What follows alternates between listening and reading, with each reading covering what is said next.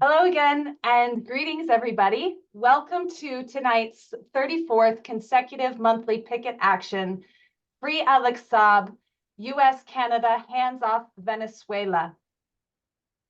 We are here tonight to unite our voices from across North America, Latin America, and around the world to demand freedom for Venezuelan diplomat Alex Saab, unjustly held in US jail for over 3.5 years, and an end to the collective punishment of the cruel sanctions that the US government imposes on the people of Venezuela. US, Canada, and EU sanctions against Venezuela have killed more than 100,000 people, as estimated by the United Nations Special Rapporteur Alfred de Zayas.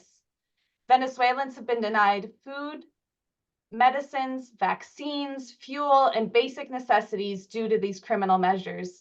And that's why Fire This Time Movement for Social Justice Venezuela Solidarity Campaign, the Venezuela Peace Committee in Winnipeg, and the Just Peace Advocates also here in Canada are joining together to organize these monthly actions from here in Vancouver, and also joined by people from all across Canada, the US, and especially Venezuela. We have a really excellent lineup of speakers today at this important time of the year, the end of the year. This is the last picket of 2023. We don't want to have a picket in 2024 because we want the sanctions to be lifted and Alex to be home with his family. But we will mark that this is the last of 2023 and say that now is a special time of year when many are spending time with friends and family and reflecting on what has happened the past 12 months. And we, are here to say that, well, for the last 12 months, we've gathered together once a month to unite our voices and recommit ourselves, redouble ourselves in our effort to end these criminal sanctions and blockade on Venezuela and free Alex Saab. My name is Allison Bodine. I'm the coordinator of Fire This Time Movement for Social Justice Venezuela Solidarity Campaign and author of the book, Revolution and Counter-Revolution in Venezuela from Battle of Ideas Press. It is really my honor to be joined here today by an excellent lineup of speakers featuring Roiger Lopez Rivas from the Free Alex Saab Movement, Geraldina Colotti, also from the Free Alex Saab Movement, but an Italian internationalist, Steve ELLNER, a retired professor from Venezuela's Universidad de Oriente, and YVES ENGLER, a Montreal-based journalist and author. We're going to have an excellent panel of speakers today, greetings from folks around the world, and then a join together for our group photo. I must also say that tonight's picket is being broadcast from Vancouver, British Columbia, the stolen and unceded territories of the Squamish, Tsleil-Waututh, and Musqueam nations. Many folks are already typing in the chat. I encourage you to please join in, say hello, express yourself through the chat as we gather here tonight. I also wanted to say, for those that may have not seen yet, we have interpretation. So right now you're listening to me in English, I'm speaking English, but some of our speakers tonight will be speaking in Spanish. So I encourage you to go down to the bottom of your screen to the interpretation icon or press the 3 dots if you're on a phone, and you will see the option to join either the English or Spanish room. I will also post instructions in the chat on how to join. Again, it is really my pleasure to be with you here tonight.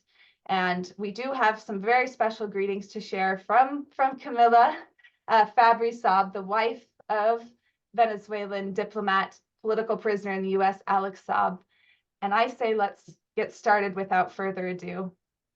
I want to introduce our first panelist, Roiger Lopez Rivas, joining us here today from Venezuela.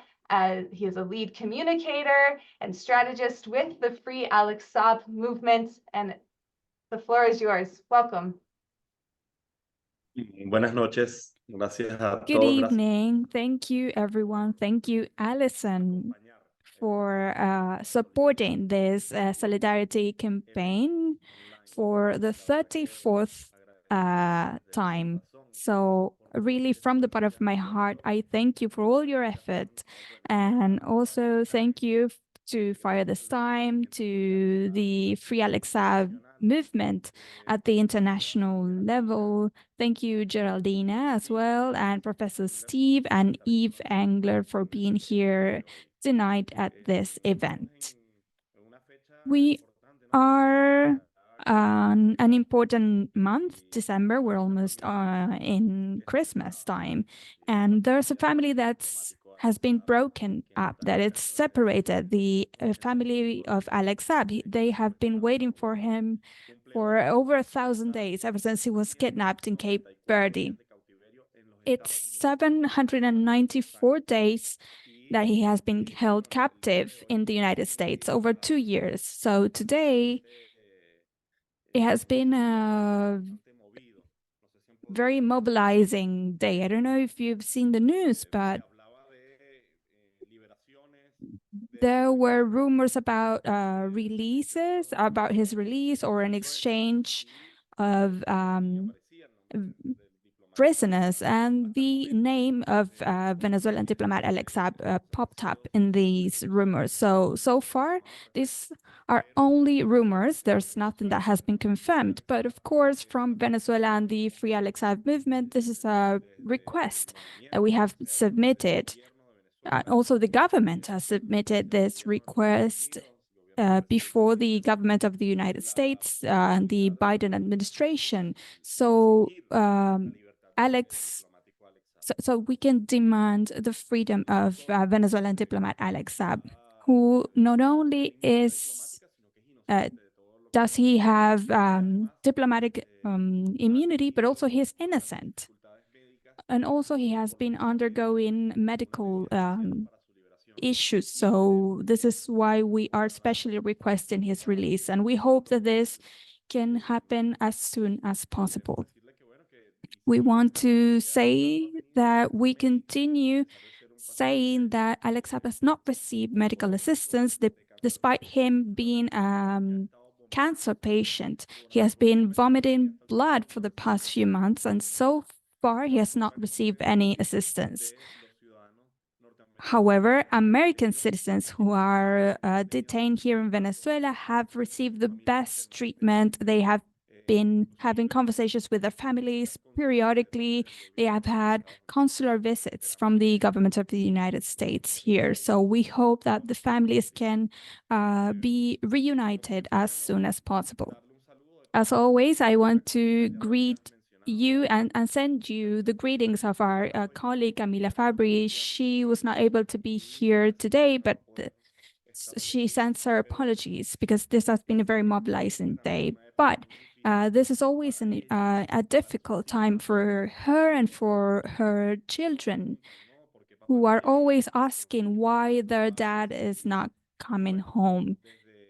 And so from this organization and the space, we're always sending the best wishes and the biggest hug to her so that they can be reunited this Christmas. This is what we are expecting. So I just wanted to say that the struggle continues. Even if there's rumors around, we do not put down our efforts to put an end to the over 900 sanctions against Venezuela and the freedom of Alex Saab. These sanctions have caused the loss of $600 million of revenue for Venezuela, and also the deaths of thousands of people. So this is a request that we continue to hold here from the Alex Saab movement. Also, we want to thank all of you who have been the over 250 meetings that have been held only to explain the case of Alex Saab, meetings that were held in Latin America and even in Europe, Asia, and Africa.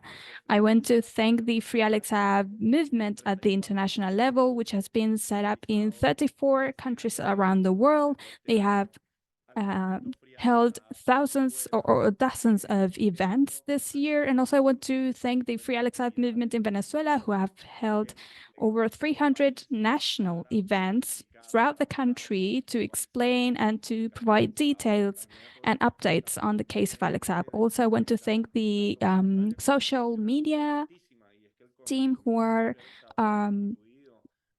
engaging in a communication battle. This movement is not only a social movement, but also it's a legal movement and also a communicational struggle and movement that has achieved a conquest over the hegemonic and imperialistic movements. They have made thousands of designs and videos, and they have been present in all social media because that is a communicational struggle and it has to be waged in all available spaces. So all of you who were able to come to this big international event, Alison, you were here as well. This was to also present the book that was also presented at the National Book Fair by the president as well.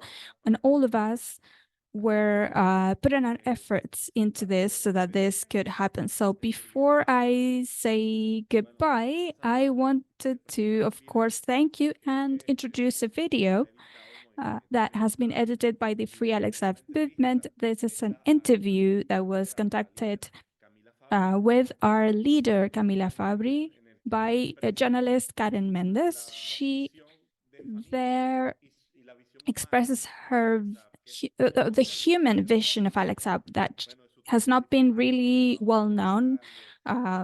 People have spoken about his struggle against the blockade in Venezuela, but also there's another side of the story that we have to discuss. And I think December is a very good time to do this, a moment of peace and union of families. So Alison, whenever you want, go ahead with the video. Thank you. Free Alex Saab.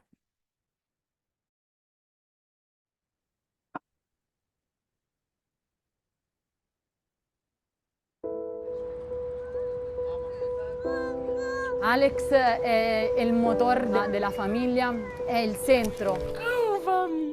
Es el don más grande que Alex tiene, el don de ser un buen papá. Los recuerdos me duelen. Lo queremos de vuelta a casa.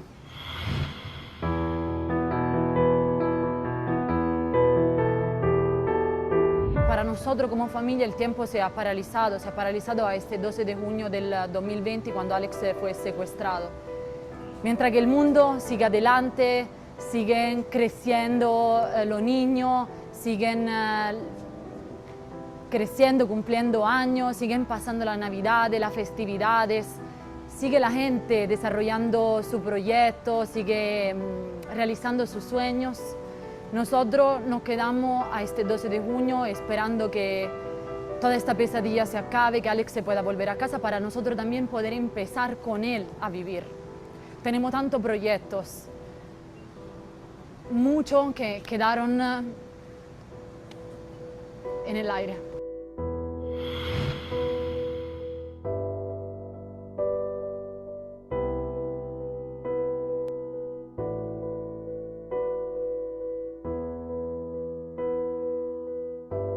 Alex se lo arriesgó todo, voló, cruzó todo el mundo para ayudar a todo el pueblo venezolano. Y ellos lo han dicho muy claro, los estadounidenses, lo mostraron, el gobierno de los Estados Unidos lo mostraron como un trofeo una vez que llega a Estados Unidos. Lo vistieron de naranja y lo pusieron en todos los videos, la foto, para decirnos al mundo, quien quiere ayudar a Venezuela, esto es lo que le va a pasar.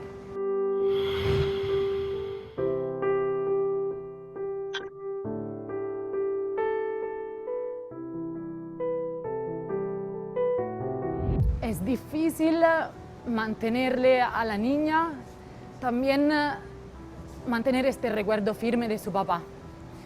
Porque ya pasaron 3 años y medio, Mariam tenía 3 años, ahorita tiene 6, casi 7. Y mantener constantemente el recuerdo de su papá, de que el papá la quiere, la ama, que el papá era la que la ayudaba a vestirse, que el papá era la que jugaba con ella, que en la noche se ponían a hacer juegos en la cama. Es muy difícil para Mariam recordar esto, pero ella lo intenta. Ella intenta recordar porque ella siente que extraña mucho a su papá, siente que le falta esta figura diariamente, hasta cuando va en el colegio, porque esta niña tiene papá y yo, ¿dónde está el mío? ¿Cuándo regresa? Este año ha sido un año diferente porque esta Navidad que está llegando, porque Mariam el año pasado decía, mi papá va a llegar y se lo decía a todo el mundo. Y cuando llega la Navidad, Mariam me dice que yo había sido mentirosa, que el papá no había logrado regresar a la casa. Este año es diferente porque ella a Santa Claus le pide que su papá regrese, pero al mismo tiempo ella ya no cree en... ella ya siente ese sentimiento de frustración, ella ya no está segura que el papá va a regresar. Y esto me duele porque si una niña siente esto, significa que hay que luchar más para que ella sí pueda tener la seguridad, que pueda volver a tener este recuerdo con su papá, pueda volver a abrazarlo, pueda volver a jugar con él.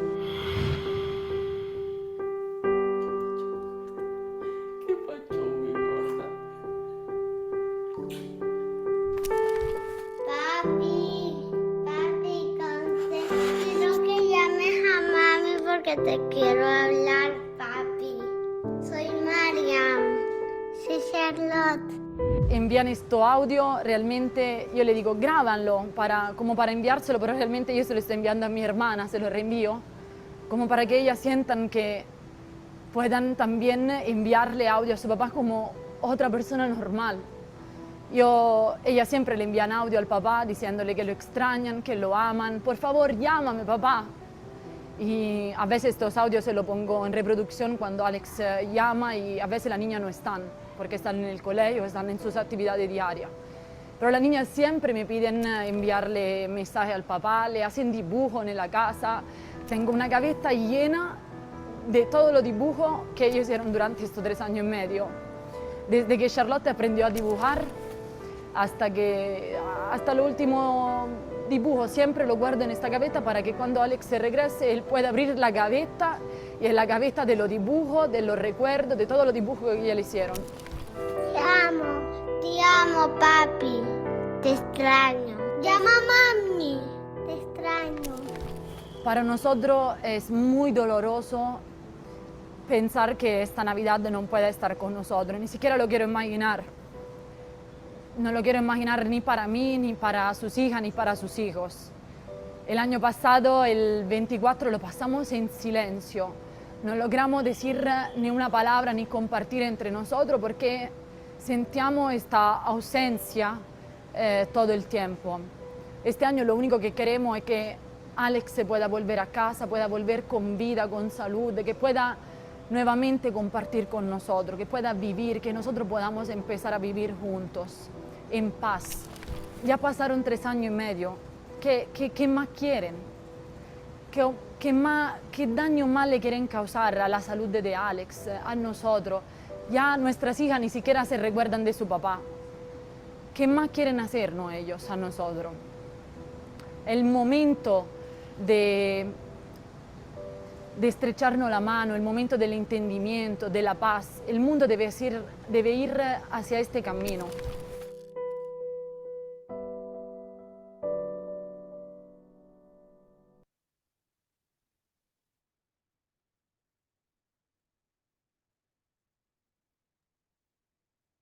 Thank you very much to CAMILLA FABRI SAAB for sharing such a beautiful piece of your life with us, your daily reality of grief and sorrow. But in reality, those photos and your daughters and your words give us a lot of hope at the same time. I can't imagine the pain to not be with Alex during this holiday time, this family time for many people. But we do carry with us the conviction that Alex Saab will be free And despite all of the hardship that you have faced and that comes with it, we know that he will be free. I will say that as an organizer with the Free the Cuban 5 committee in Vancouver, I worked with people around the world and across Canada for freedom of the Cuban 5 political prisoners. They were released 9 years ago as of December 17th. And seeing them home with their families and remembering that campaign and the international work, uniting with their friends and families in Cuba, with the people of Cuba, as we are doing now in the campaign for Alex Saab, gives me a lot of hope for victory with the case of Alex Saab. I also wanted to say, I'll put the link to that video so we all can share it.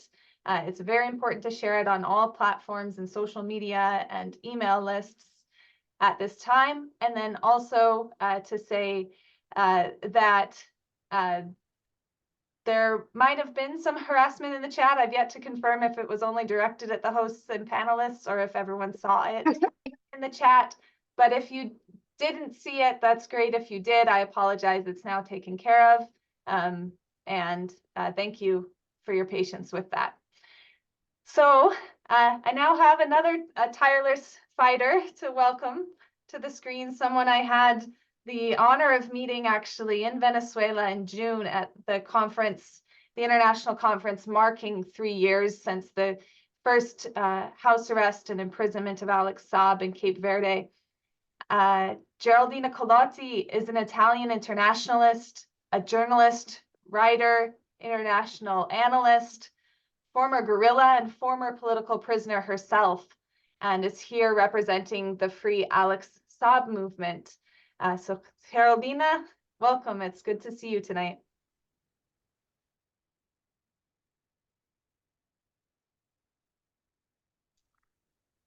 Gracias, Alison. Thank you, Alison. Such a committed woman like you, it's always necessary. We would like to be even closer, but we know that despite the distance, we are joined, we are united by the same ideals and commitment. And as women, we are used to sending each other strength despite the distance. And Camilla is a model of this, is an example.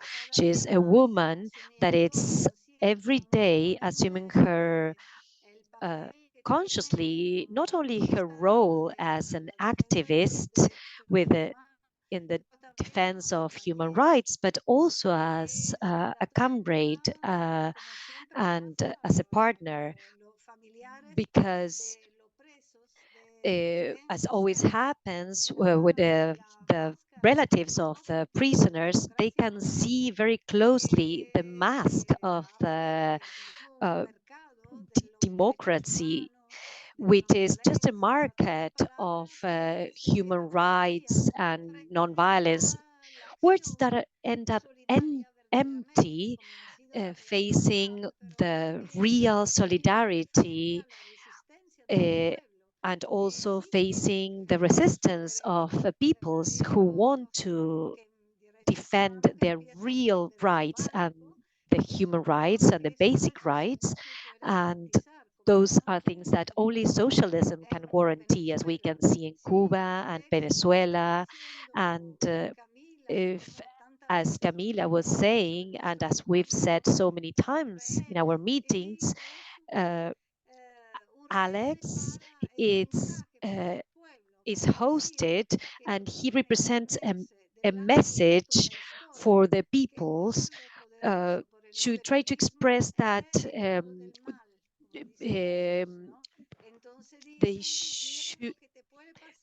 they are warning people that if they keep on defending Venezuela or Cuba, this is the kind of thing that can happen to you.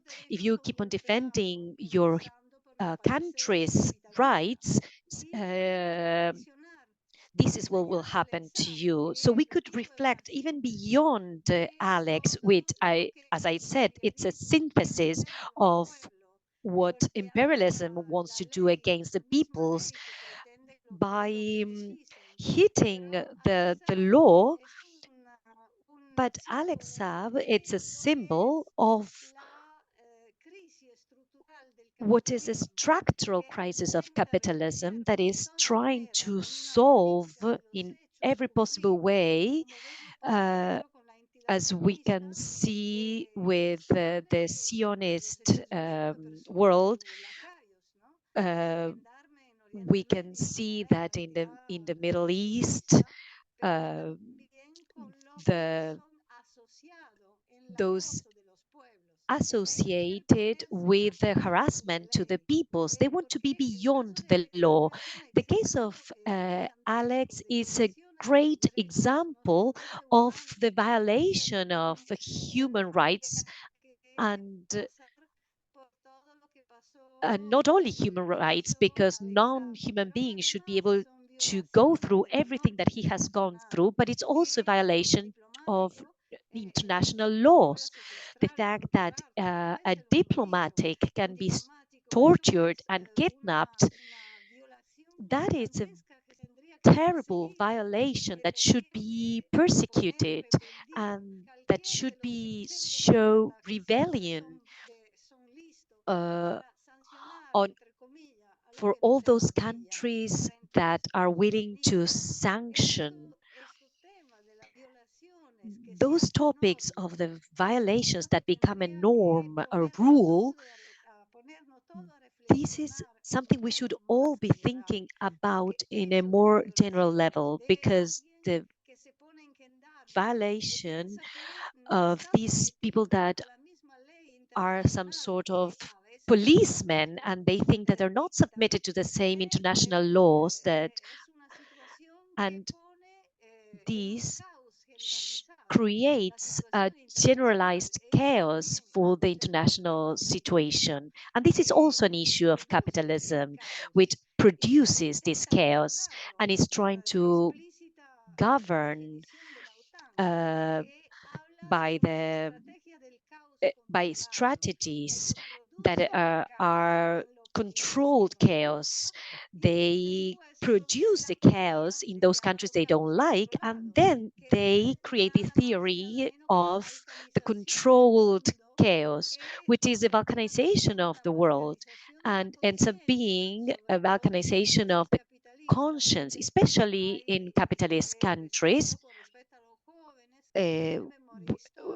Well, in respect to the youth who do not know or don't remember the history, where they try to express in which side people should be standing, and they create all these media propaganda, and they disqualified those who are not friends of the United States. And as we saw with Camilla, they disqualified, they make gender disqualified, for example, when there's the case of a woman.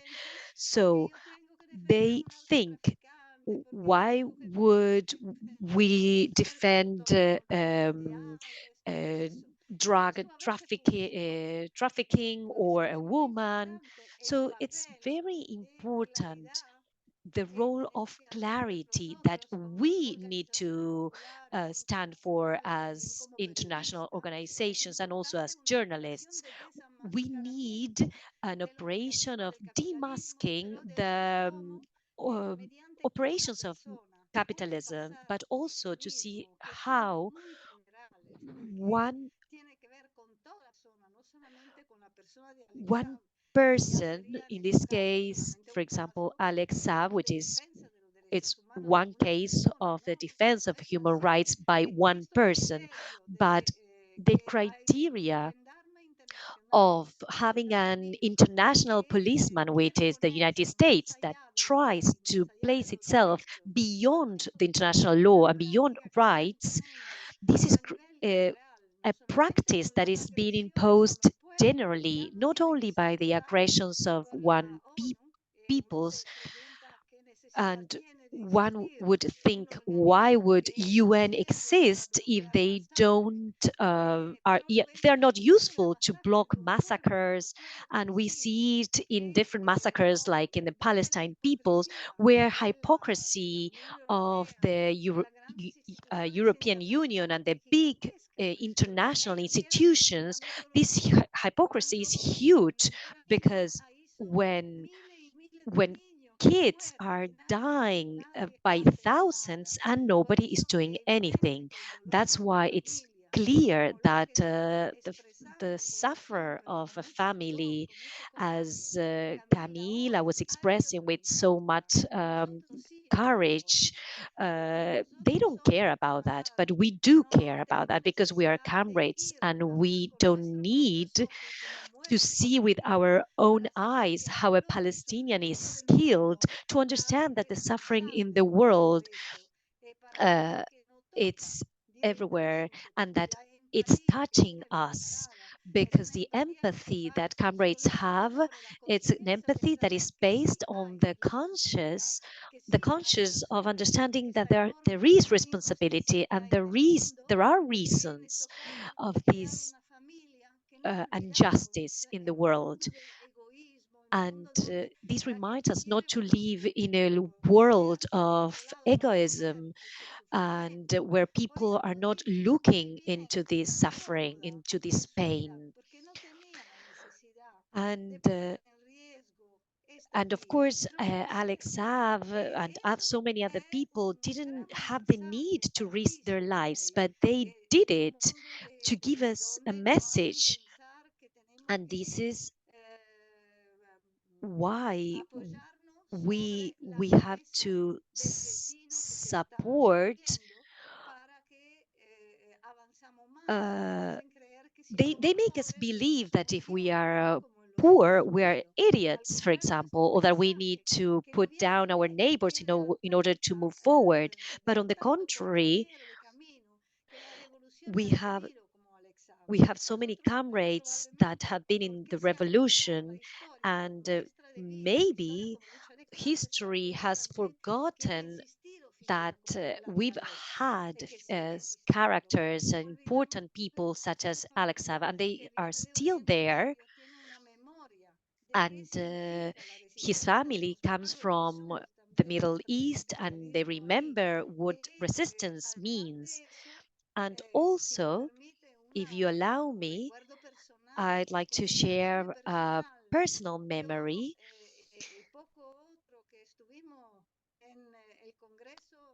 When we were at the International Congress against the lawfare, I was a former prisoner, and when the letter by Alexander was read, we could interpret these words in a deeper way, because we understood what resistance meant by the prisoners in the American jails, since the Americans say they are the defenders of the rights.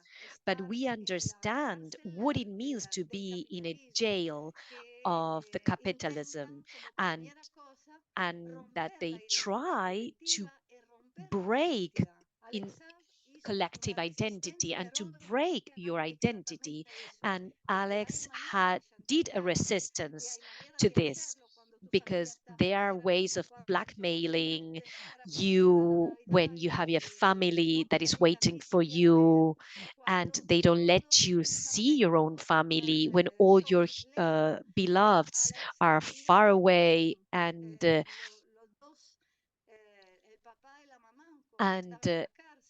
Alex lost both his parents while he was in prison, and many of them who were in the Congress know what is it like not to cry again in front of an enemy, but cry inside in your soul.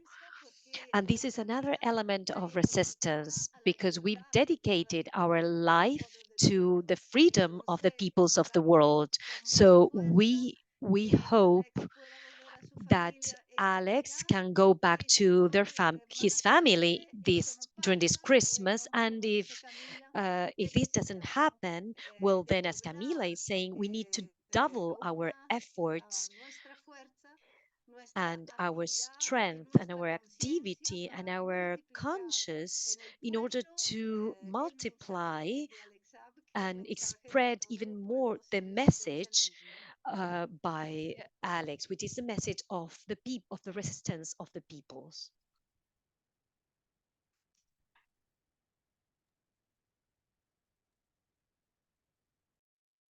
Thank you, Geraldina Colotti. I turned off your video, so we can't see you because the signal was a little bit weak. But thank you so much for beautiful words and personal connection. And again, inspiring our struggle as we enter soon, shortly, the year 2024.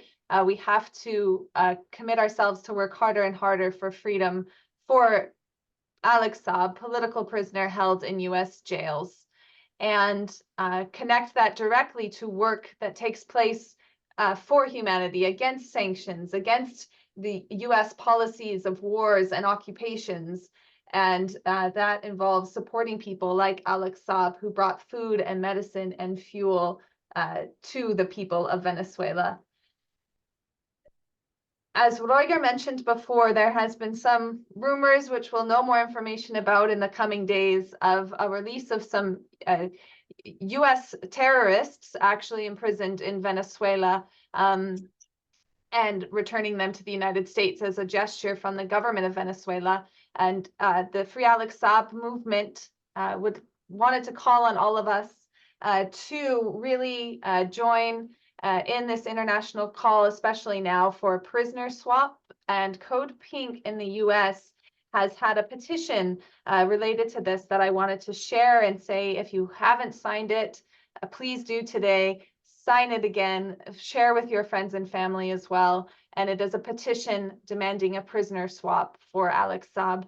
And then also to say that there is the Alex Saab, Free Alex Saab postcard campaign, which is launched by the Fire This Time Movement for Social Justice Venezuela Solidarity Campaign, and also the Anti-War Committee in Minnesota, and calling on others to join us. You can get a copy of the postcards, you can get many. I'll put the information in the chat. You can email at fttvenezuelasolidarity@gmail.com. These are addressed to US President Joe Biden to flood Biden's office, the White House, with these demands for Free Alex Saab. And as of last month, the Free Alex Saab movement has launched a Spanish version of the postcard in Venezuela and is bringing these across Venezuela and Latin America as well, sending them on to US President Biden. So join the Free Alex Saab postcard campaign. Again, I will put the information in the chat. And now we are going to go on to the next section of our program, which involves broadening our analysis, discussing more about not only attacks on Alex Saab, but also on Venezuela. And I'm really grateful to have with us here today YVES ENGLER, who is a Montreal-based journalist and author who's written 12 books on Canadian foreign policy and hosts a program that's on YouTube and other platforms called the Canadian Foreign Policy Hour, which is a weekly examination of Canada's actions, foreign policy in the world, and has often touched on Canada's hostile, aggressive attacks on Venezuela and sanctions. So YVES ENGLER's here to give us some words, especially from the perspective as an activist organizer here in Canada. Thank you, YVES. The floor is yours. Thank you, Alison. First of all, I just want to congratulate everyone who's been organizing this for 34 months in a row. It's wonderful. It's inspiring to keep pushing back against this aggressive US-Canadian assault on Venezuelan sovereignty, and of course to free Alex Saab. And Canada's role in that, of course, is a bit tangential, but Canada talks a lot about upholding international law, and I have not seen any comment from Canadian officials calling for Alex's release. And so now I think that from a Canadian perspective, looking at Venezuela, this is a failure of Canadian foreign policy. This is a defeat of imperialism. And unfortunately, that's often rare in the history of Canadian foreign policy. I actually have a book coming out about the history of Canada's role in backing more than 20 different coups internationally. And we have a section, myself and the co-author Owen Schock have a section on Venezuela as an example of this great effort by the Canadian government that's failed. And a couple of weeks ago, Bloomberg reported on the Canadian foreign minister beginning negotiations, reaching out at a recent APEC summit, I believe, to restart diplomatic relations with Venezuela, which is a confirmation that their campaign to overthrow the government has failed. We knew that. This is not new, but this is one further step in that confirmation. And so that kind of it warms my heart, right? It warms my heart because there are so many examples that we're seeing of all kinds of devastation that Canada's contributing to around the world, and they often succeed. In this case, they didn't. They haven't. Now, when we talk about the campaign, we have to look at Canada's role in establishing the Lima Group. Back in 2017, it was Canada that instigated that with Peru.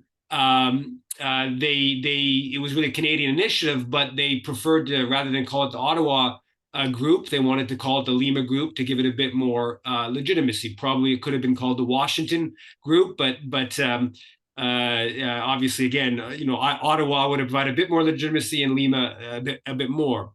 And Canada was right at the center of pushing that whole process of building international support against the Maduro government, and hosted meetings where they had officials from the self-declared government presidency. The Canadian government,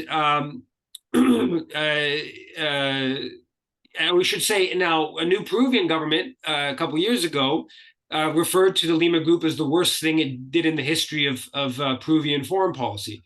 Unfortunately, in Canada, we haven't. It may not be the worst thing we've done in the history of Canadian foreign policy, but we haven't come to the recognition. There's been no public recognition by a new government or any major political force of the horrible thing that Canada did in instigating the Lima Group. But nonetheless, I think it's quietly understood. Canada was right at the center of the self-declaration of Guaido. There was a number of reports about the important diplomatic role Canada played in building international support for the Guaido absurdity, in terms of building opposition within Venezuela support for the Guaido self-declaration. We have the Canadian government bringing Venezuela to the International Criminal Court, right? Now, when you look at what's going on in Gaza, and Palestine in general, but 300 been killed in the West Bank over the past 2 months. But isolating ourselves to Gaza, the Canadian government has pressured the International Criminal Court 3 years ago to not investigate Israel's crimes. Actually, even basically threatened its funding to the ICC if they launched an investigation of Israel's crimes. But they have the audacity to refer Venezuela to the International Criminal Court, and nothing. Don't even mention bringing Israel to amidst its slaughter of 20,000 plus in Gaza. So you see these incredible double standards that went into Canada's campaign trying to overthrow the Maduro government. You also see the funding of opposition groups, and this went on for years and years. And I detailed this This goes back, to the effort to oust Chavez in 2002. But in more recent years, in the lead up to the Guaido self-declaration, you had Canada funding all kinds of figures in the Voluntad Popular party. You have funding all kinds of these so-called human rights groups, NGOs that were critical of the Maduro government. So you have Canada involved in that process of building domestic opposition to the government. You also have Canada engaging in the sanctions, right? 4 different rounds of sanctions against, going back to 2017, against Venezuelan officials. And that, to my knowledge, there was never, Canada never sequestered Venezuelan assets, because I don't think there were many Venezuelan assets within Canada. But Canada really provided a lot of cover to this obviously US-led sanctions campaign, and really that stole Venezuelan assets all around the world. And so Canada continues to have sanctions. They haven't backed away from their sanctions regime, which was designed to help precipitate the overthrow of the elected Venezuelan government. So Canada has been a central player in this bid, this aggressive US-led bid to overthrow Venezuela's government. It continues to recent days, intervene on the border dispute with Guyana. A statement from Canada's foreign minister getting involved in that. There's Canadian mining companies, there's Canadian oil companies involved in Guyana, and that's I think a factor in some of that positioning. And there was also, of course, lots of Canadian companies that were angry with the Chavez and Maduro governments, which played a role in Canada's aggressive position. So Canada continues to be hostile, continues to be an imperialist force, of course, not just in Venezuela, but across the region. If you look at Canada's role in overthrowing Haiti's government, Canada's role in appointing the leadership of Haiti in recent years, Canada's role in backing the ouster in Peru, Castillo, Morales in Bolivia in recent years, and many other historic examples. Canada has been an imperialist force. It doesn't tend to get recognized that way. I think with regards to what's happened in Venezuela recently, it has gotten a bit more media attention, at least within Venezuela and in Latin America, and I think maybe within the left here in Canada. But there's been no recognition. There's been no apology. There's been no ending of Canadian sanctions. There's been no formal declaration that it was the whole Juan Guaido thing was a joke, and that all should happen. And so I say end the Canadian sanctions, respect Venezuelan sovereignty, and the Canadian government should come out publicly and say free Alex Saab. Thanks. Thank you very much, Yves. Yeah, we are definitely looking forward to the new book. That sounds great and very important to our continued struggle.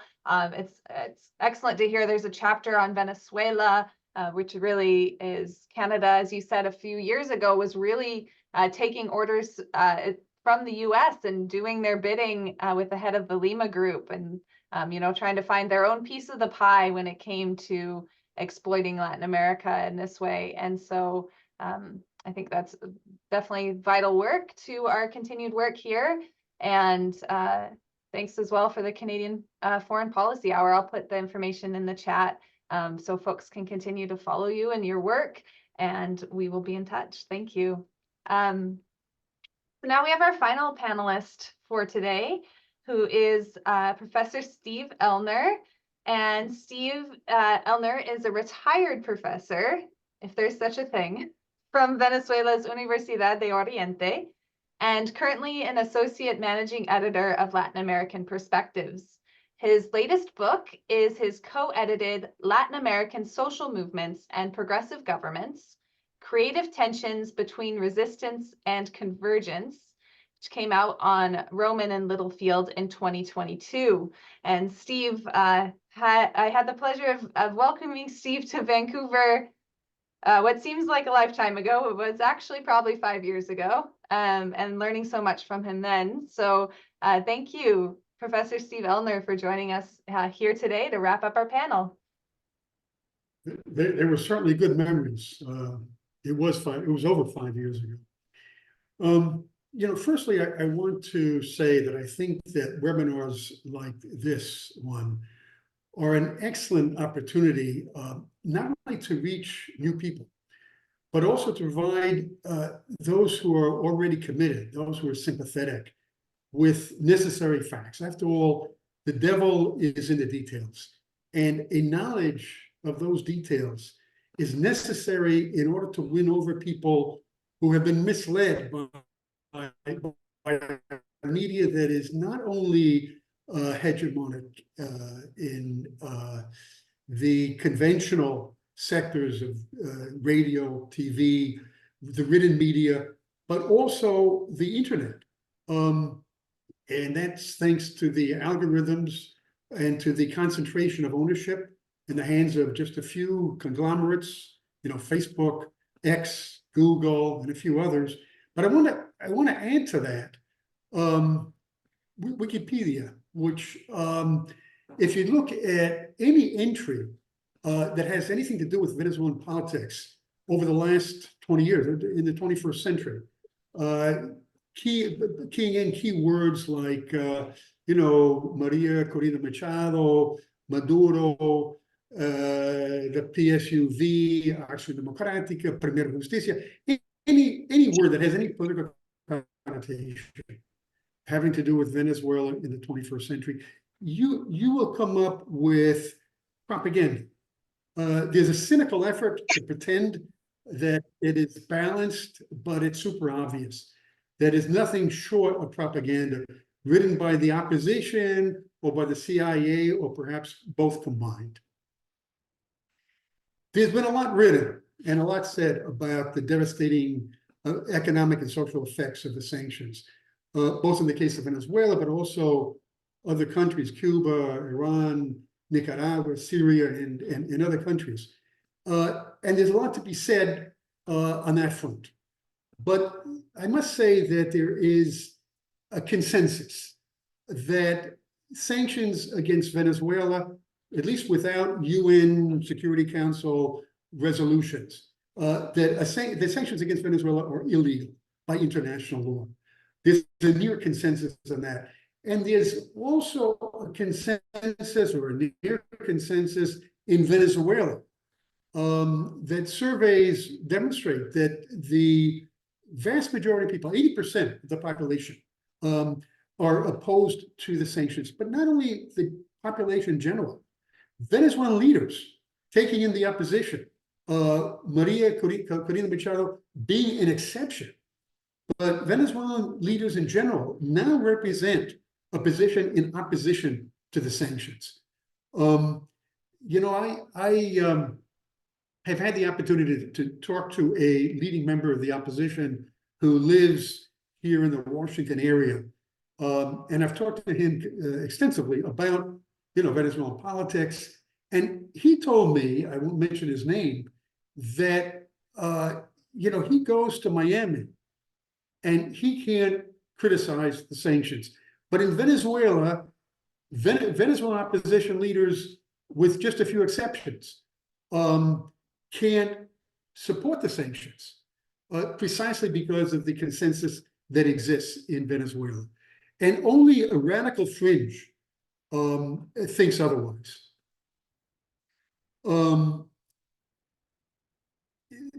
I'd like to begin by discussing the political aspects which aren't mentioned when there's any kind of analysis of the sanctions and the economic and social effects of those sanctions. there is nothing or little said about the political effect in terms of Venezuelan democracy. And the fact that there is a connection, there's a correlation between the economic strategy of leaders like Maria Corina Machado, who represents a radical fringe of the opposition on the one hand, and the repression, which we're seeing, for instance, right now in the case of Argentina, of a radical economic program of sanctions, of neoliberal policies on the one hand, and repression on the other. And I'd like to begin by referring to a statement made by the governor of the state of Anzoátegui, Luis Marcano, who I interviewed personally in the Gobernación, the government, the governor's building in the capital of Anzoátegui, Barcelona. A couple months ago, I spoke to Marcano, and he told me that the 2024 presidential elections in Venezuela cannot be democratic. They can't be democratic, according to him, because the voters will be consciously or unconsciously affected by the idea that he or she has a gun pointed at their head. If they vote for the opposition candidate being a surrogate of Maria Corina Machado or any other opposition candidate, and that candidate wins, the sanctions will be lifted the next day. If Maduro or whoever is the candidate representing the Chavistas win, the sanctions will continue. How can you call that democratic? That's what Marcano told me. I have a signal here that the internet connection is weak. Is that? It's doing okay. Am I okay? Am I Yeah, okay? Okay. It's doing okay. Good. So that's basically what Marcano told me, and it's really a repetition of what happened in Nicaragua in the 1990 presidential elections, when all the surveys indicated that the Sandinistas, that Daniel Ortega was going to win those elections, but precisely that situation, that the pressure of civil war supported militarily, economically by the United States, that if Violeta Chamorro won, the sanctions would be, the civil war would be lifted, and that's exactly what happened. If Ortega won, the civil war would continue. The second issue that needs to be raised is that U.S. policy towards Venezuela, ever since about 2001, when the Chavista government promulgated 49 laws, that was in November of 2001, that were markedly anti-neoliberal. The position of the US government has been allied with not the Venezuelan opposition as a whole so much, but the radical fringe or the radical right in Venezuela. First with Pedro Carmona, who headed the coup in 2002, then with Leopoldo Lopez, who was also on the fringe, on the rightist fringe of Venezuelan politics, in 2014, when he initiated the insurrectional movement known as the Guarimba in Venezuela, and then Juan Guaido, the self-proclaimed president, who is also a member, in fact, a member of Lopez's party, in 2019, and now with Maria Corina Machado.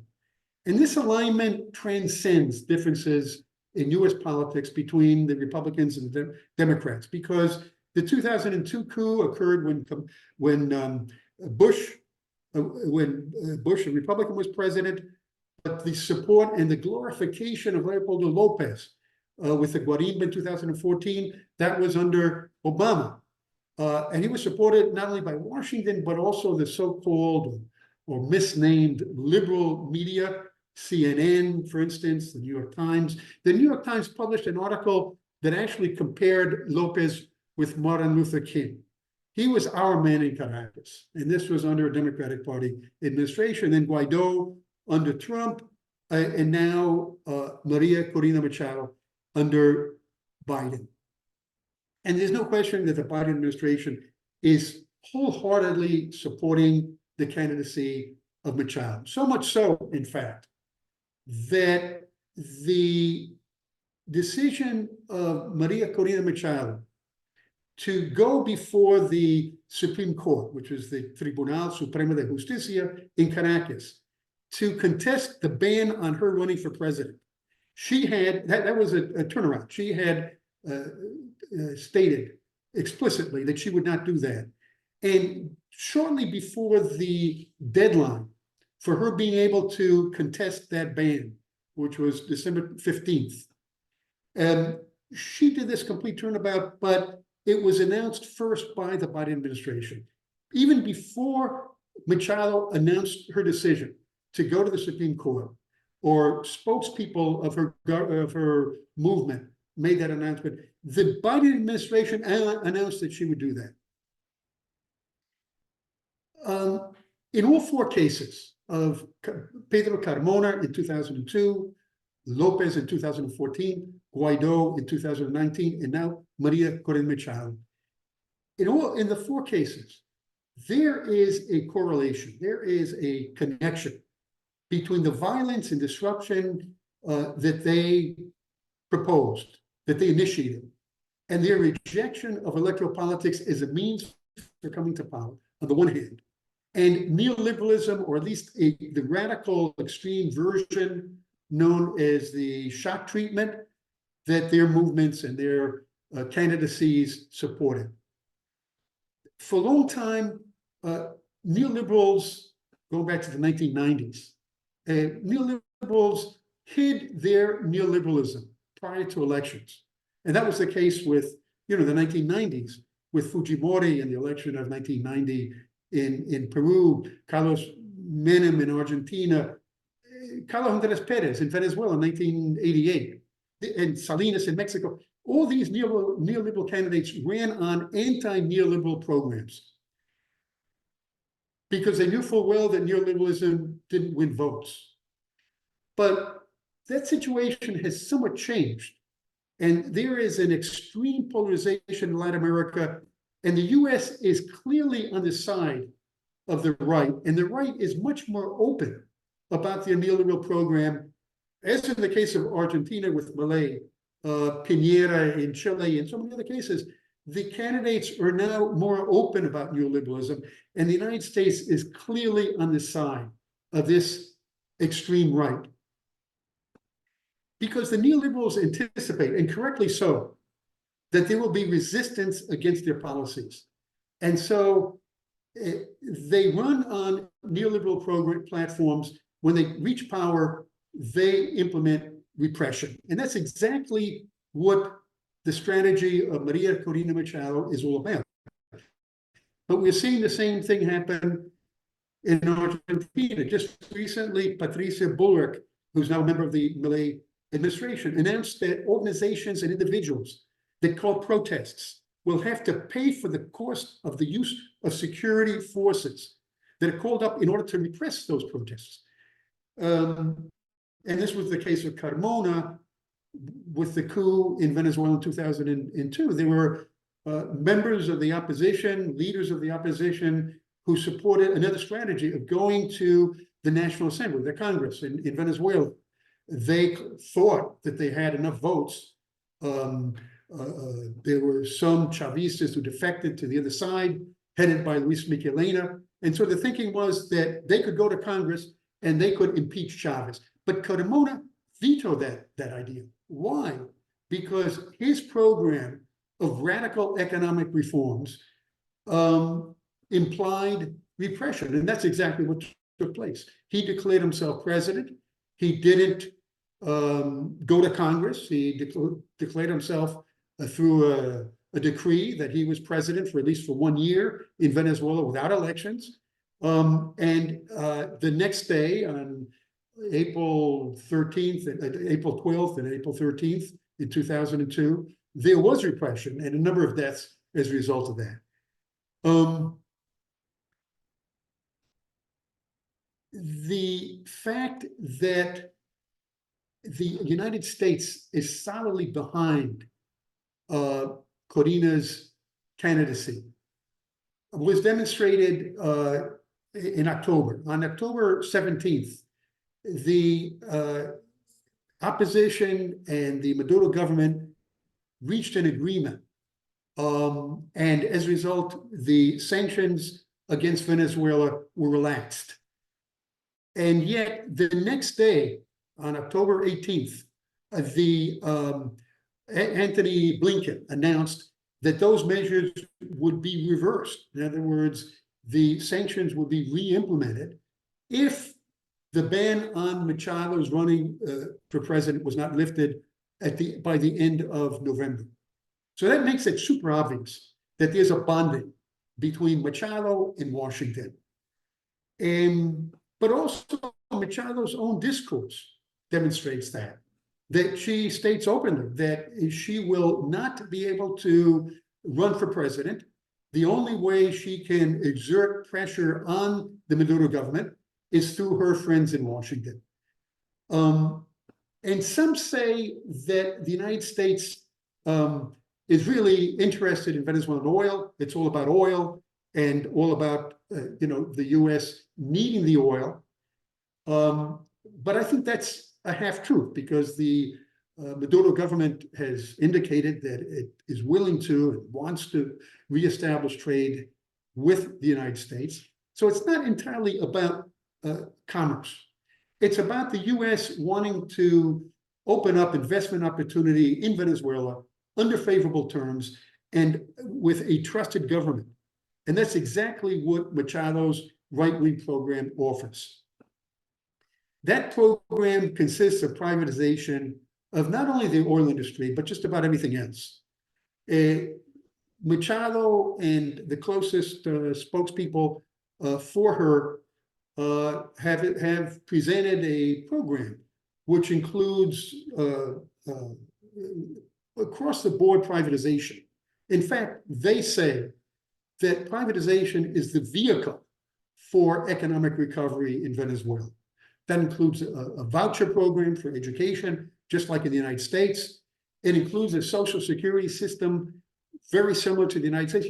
In Venezuela, social security recipients receive a pension that is equal for everybody. Anybody who's on social security receives the same pension. That's different from the US system, in which the recipients of social security pension receive benefits in accordance with how much they have contributed in the course of their lifetime. So Machado would eliminate the Venezuelan system and implement the US system, in which the more you pay, in other words, the better paid workers would get more in the way of pension. And on top of it all, Machado, and who she apparently would name Minister of Education if she became president, they have announced, this close spokesperson for Machado announced that Venezuela, if she is elected president, will become bilingual in English. One thing is to say, we're going to implement bilingual programs and all Venezuelan children will speak two languages. But that's not what's being said. What's being said is that everybody will end up speaking English. All this explains Machado's political strategy, this nexus between an economic program that is a radical brand of neoliberalism and the political strategy, which is to reach power not through electoral means. Antonio Ledesma, the ex-mayor of Caracas, who's a leading member of her party, Vente Venezuela, the name of her party, stated that the only way Machado will become a candidate, the only way that Maduro can be pressured into allowing her to be a candidate for president, is pressure on the streets and talking to the military. That was in his words, that we have to talk to the military.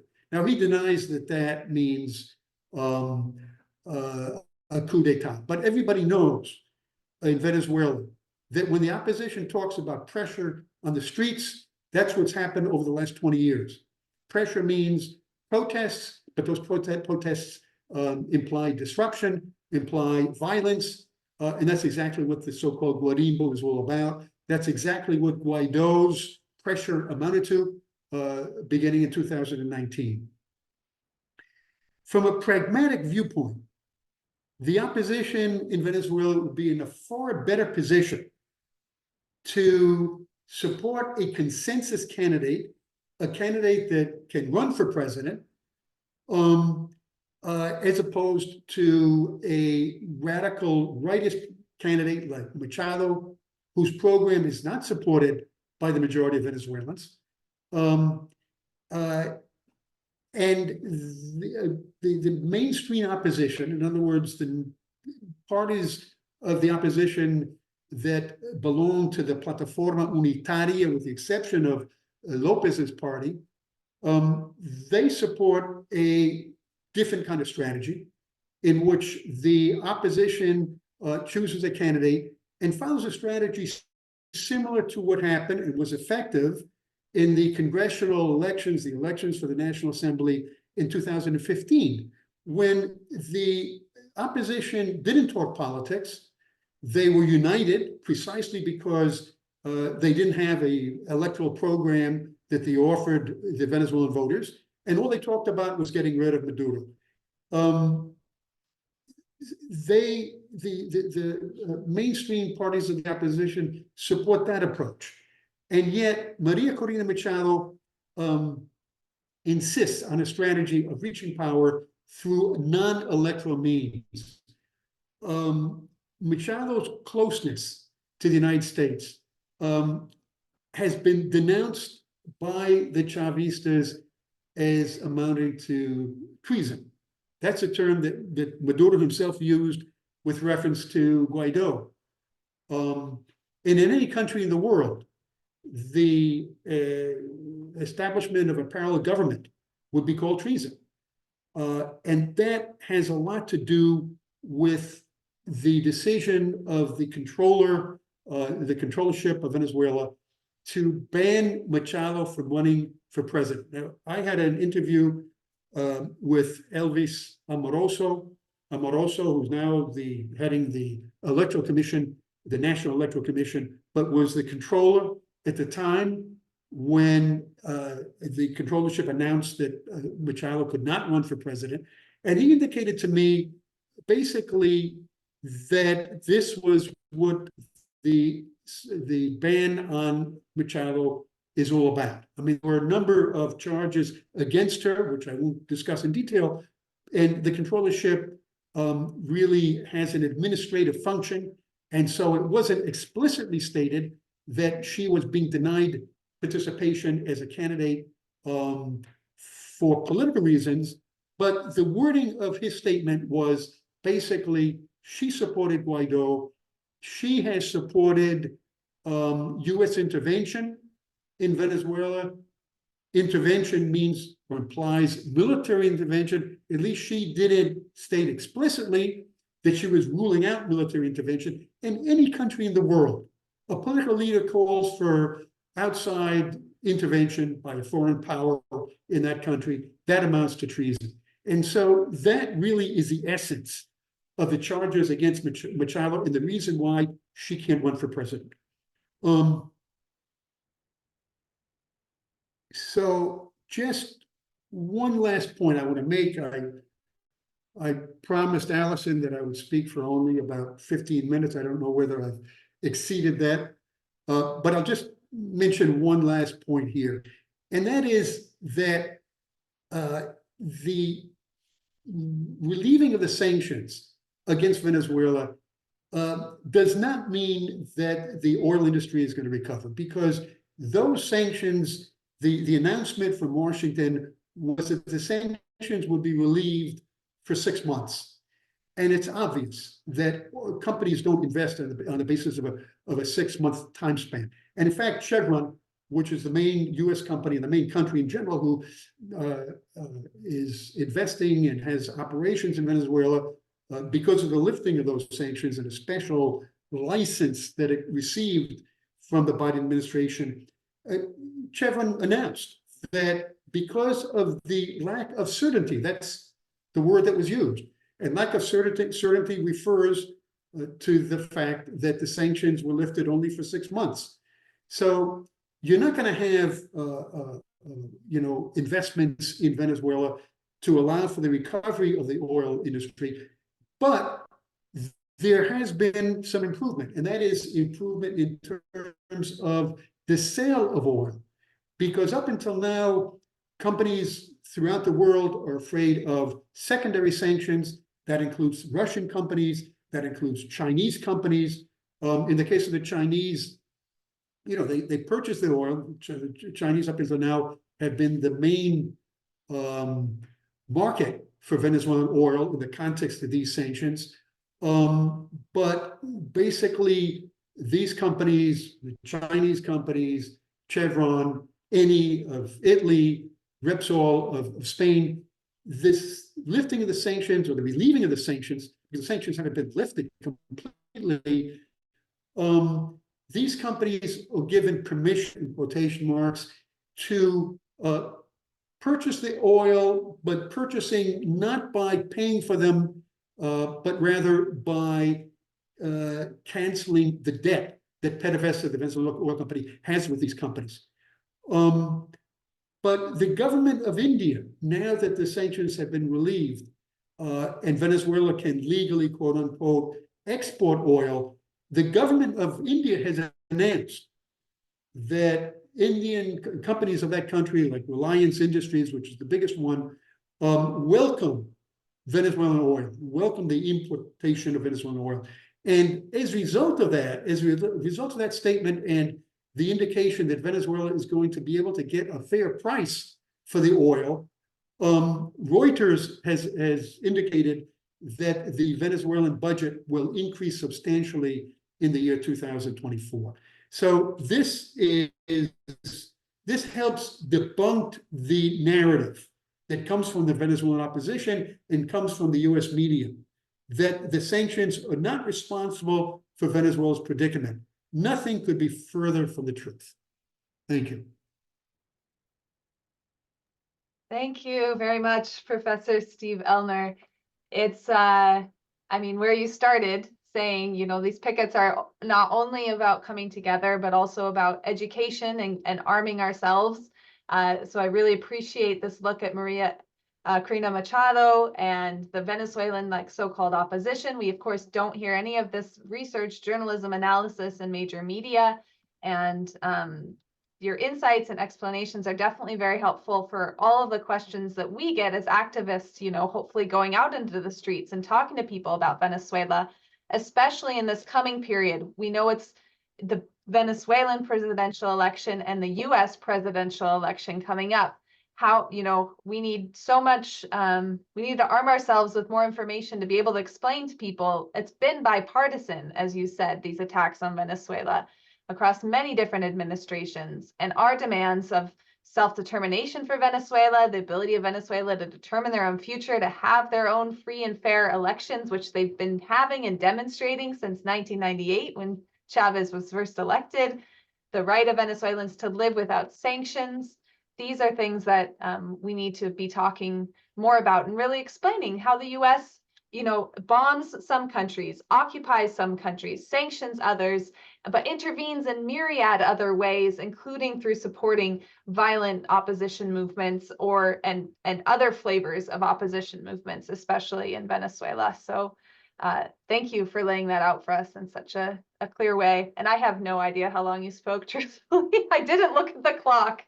I feel like it was just fine. No worries. I really appreciate your time and everyone's time for joining us tonight, from Geraldina Colotti, Italian internationalist, Roygar Lopez Rivas from the Free Alex Saab Movement, YVES ENGLER from Montreal. We do just have a quick section. I wanted to invite some folks for some greetings before we go into our group photo, so people can take a second to go ahead and, if you have a sign or a t-shirt, put it on. If you don't, no worries. I'm just promoting a few folks who are going to be joining us to say hello. And the first of which is Irma Sofia Nava, who is with the Mexican coordination in solidarity with Venezuela. So Irma, greetings. Hello. Hola, ¿qué tal? Un saludo muy Hello, how are you? A very warm greetings to Alison and to my sister, Geraldina Colotti, a great human rights defender and representative of dignity, especially in the case of Alex Saab. Alex Saab's case has been made public, and it's thanks to women like you, Geraldina, and women all around the world who are pushing for this. You mentioned that there has to be a very strong election. And very recently, there was the anniversary of the 5 of YVES. So with that strength of all solidarity movements for the freedom of those 5 heroes, we have to continue in this struggle as well, not only in these very important webinars, but also in all other spaces. Alex Saab has to be known. The stoic struggle of his has been known, and especially the fact that the empire wants to end him once again. This is an example of the empire and its footmen and how they want to intimidate the people of Venezuela. So this is why we want to show our solidarity with Camilla and all of you. So we have to all continue struggling and shouting free Alex Saab. Thank you very much, and thank you our comrades Alison, Geraldina, and of course thank you to our dear people of Venezuela who are very courageous. Thank you.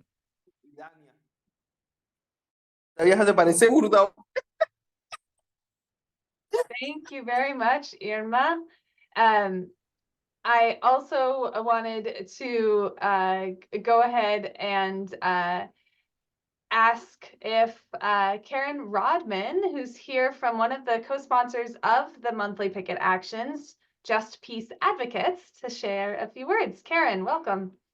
Thanks so much, Allison, and thanks for keeping this going, the drumbeat, the smud of keeping it going month after month and bringing new voices and keeping us informed, and especially as many of us are so focused on Palestine at the current time, it's so important that we continue this important work related to Venezuela and many other places. So free Alex Saab.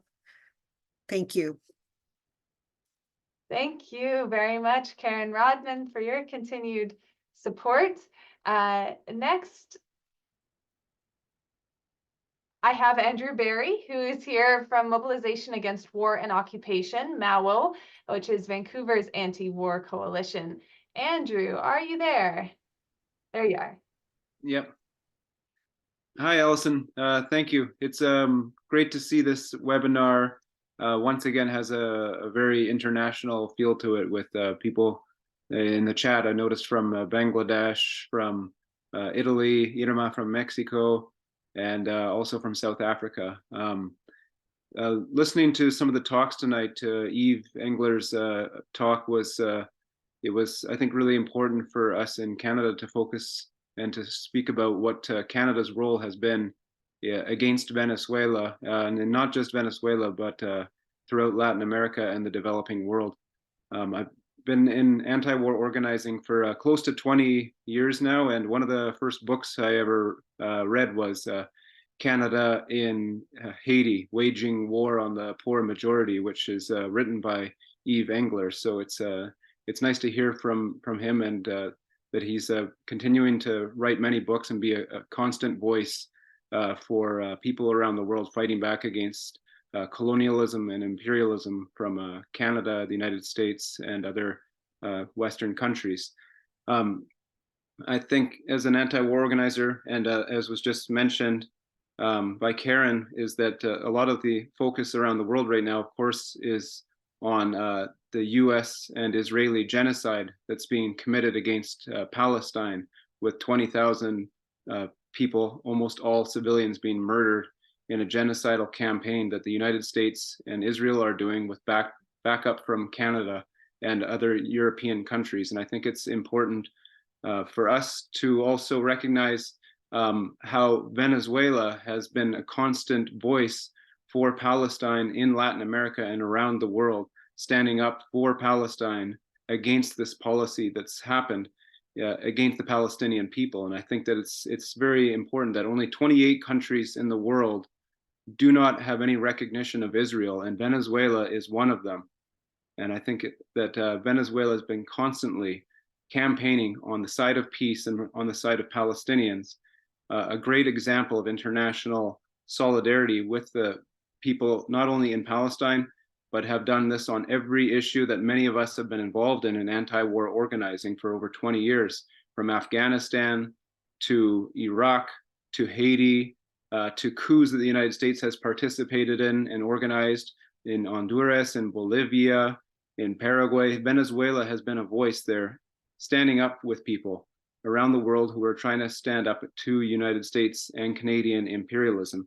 And I think that Alex Saab is a great example of that international solidarity that Venezuela has shown around the world, and the punishment that he has endured because of this, and the punishment that people in Venezuela have endured because they have stood up on the side of the oppressed, not only in Venezuela, but around the world.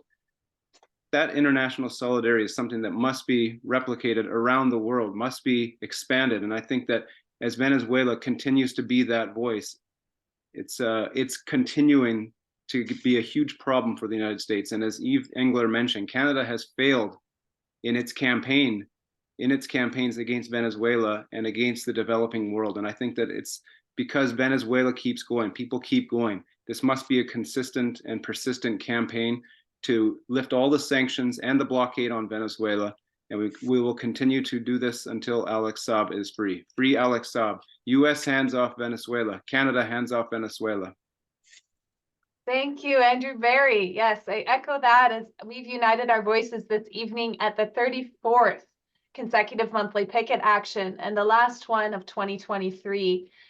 I've started to send the invites to folks to join us in the Zoom panelist space where you'll be able to turn on your camera for a group photo. But I do want to say, again, a big thank you to all of the panelists today, to the Free Alex Saab Movement for your continued work and leadership in the campaign to free Alex Saab, to everyone that's gotten a postcard, signed up, received one in the mail, sent them off to Joe Biden. Again, please, let's continue to build the postcard campaign and flood the White House and Joe Biden's office with these postcards demanding freedom for Alex Saab. CAMILLA FABRI SAAB, Miriam and Charlotte, her daughters, deserve to be with Alex Saab today. And this is especially, of course, hitting home and touching it during this time of families and holiday. And I encourage people to sign the petition, join the postcard campaign, and also to share the video that we've shared tonight at the webinar demanding freedom for Alex Saab. Let's redouble our efforts.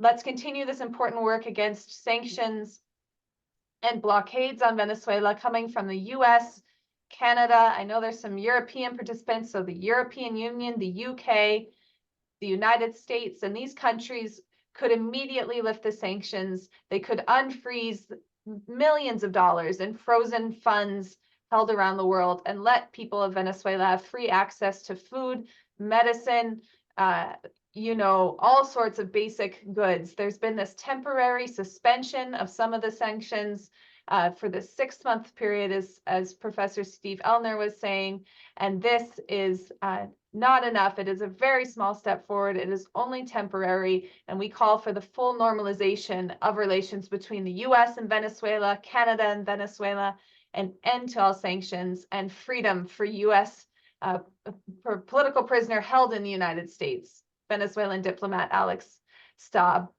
I got one more message saying we can have another greeting, which gives me more time to upgrade people. I will, yes, it looks like it works. Dean Niebert's joining here from Hamilton Coalition to Stop the War and another city whose name escapes me. So you'll have to say it again, but welcome, go ahead. Yes, good evening. Thanks immeasurably for the session tonight. I am motivated and encouraged by the steadfastness demonstrated by all those in attendance this evening. So even after, I think you said this is the 34th online picket, or maybe it's the 35th, each and every one of us remain collectively united in our effort to secure Alex Saab's unconditional release. Our solidarity is our strength. The world's hegemon will be justifiably vanquished. Venezuelans and Colombians already know Alex Saab is a hero. Soon, the rest of the world will know as well. Thank you for allowing me to participate tonight. Thank you, and thank you for your support and the support of the Hamilton Coalition to Stop the War, all of your important work for social justice taking place at this critical time for humanity.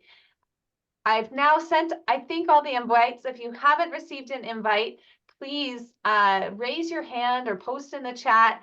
I will fix that and send you one. I know some folks aren't able to turn on their cameras. That's not a problem at all. We will miss you, but I'll go ahead in a second and we can chant all together. I'm just gonna do one quick thing here and change the view on my screen. Thank you for your patience. And we can go ahead and start chanting in just one moment.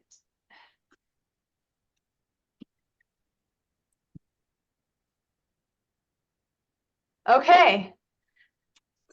Let's make sure. Oh, I'm sorry. I've got some hands up. 1 second. Promote. More hands up. Thank you all. Thank you to everyone who gave greetings at this, the 34th consecutive monthly online picket.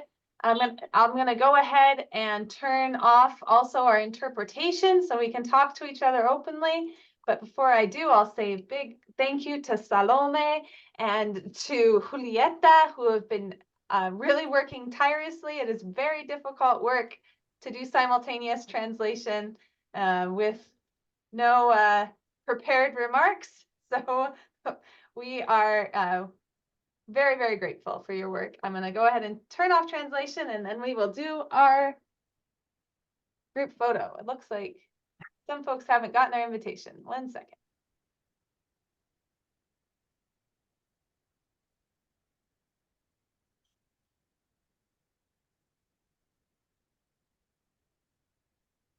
Okay, interpretation has been turned off.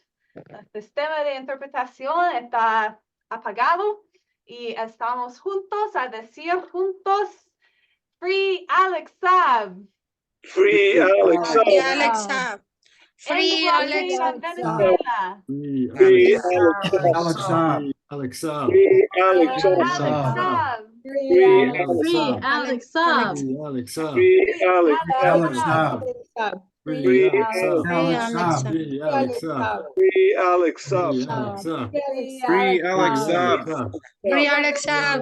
Free Alex Saab. Free Alex Saab now. Alex Saab. Free Alex Saab now. Alex Saab now. We hope that and we wish that we will not be together at this action in 2024 in January. We hope that Alex Saab will be free and sanctions will be lifted against Venezuela. But we will be here if we need to. We'll see you in January. Mark your calendars to join us on Tuesday, January 30th, the last Tuesday of every month, 4 p.m. Pacific time, 7 p.m. in Eastern time, and for now, 8 p.m. in Caracas, Venezuela. Thank you again all for your time. Thank you to Professor Steve ELLNER, Eve Engler, to Geraldina Colotti, Roygar Lopez Rivas, and of course to Camilla Fabri Saab for that interview and video that contributed so much to our hearts and our struggle here tonight. Un abrazo fuerte for a new year of struggle and for victory in this important work to return Alex Saab to his family and end all sanctions and blockade against Venezuela. Free Alex Saab. Free Alex Saab. Alex Saab. Alex Saab now. Merry Christmas, everyone. Thank you very much from Newfoundland. Feliz Año Nuevo. Feliz Año Nuevo. Happy holidays.